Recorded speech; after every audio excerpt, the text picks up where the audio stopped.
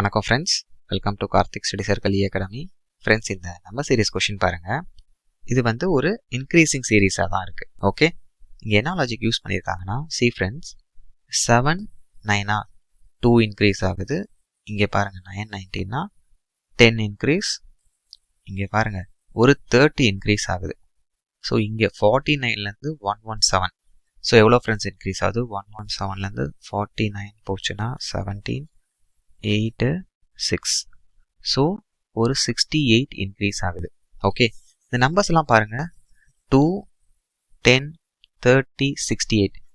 Friends, இந்த numbers எல்லாம் பார்த்தோன்னே நமக்கு என்ன தோணுன்னா, இதெல்லாம் கியூப் நம்பர்ஸ் ப்ளஸ் 1.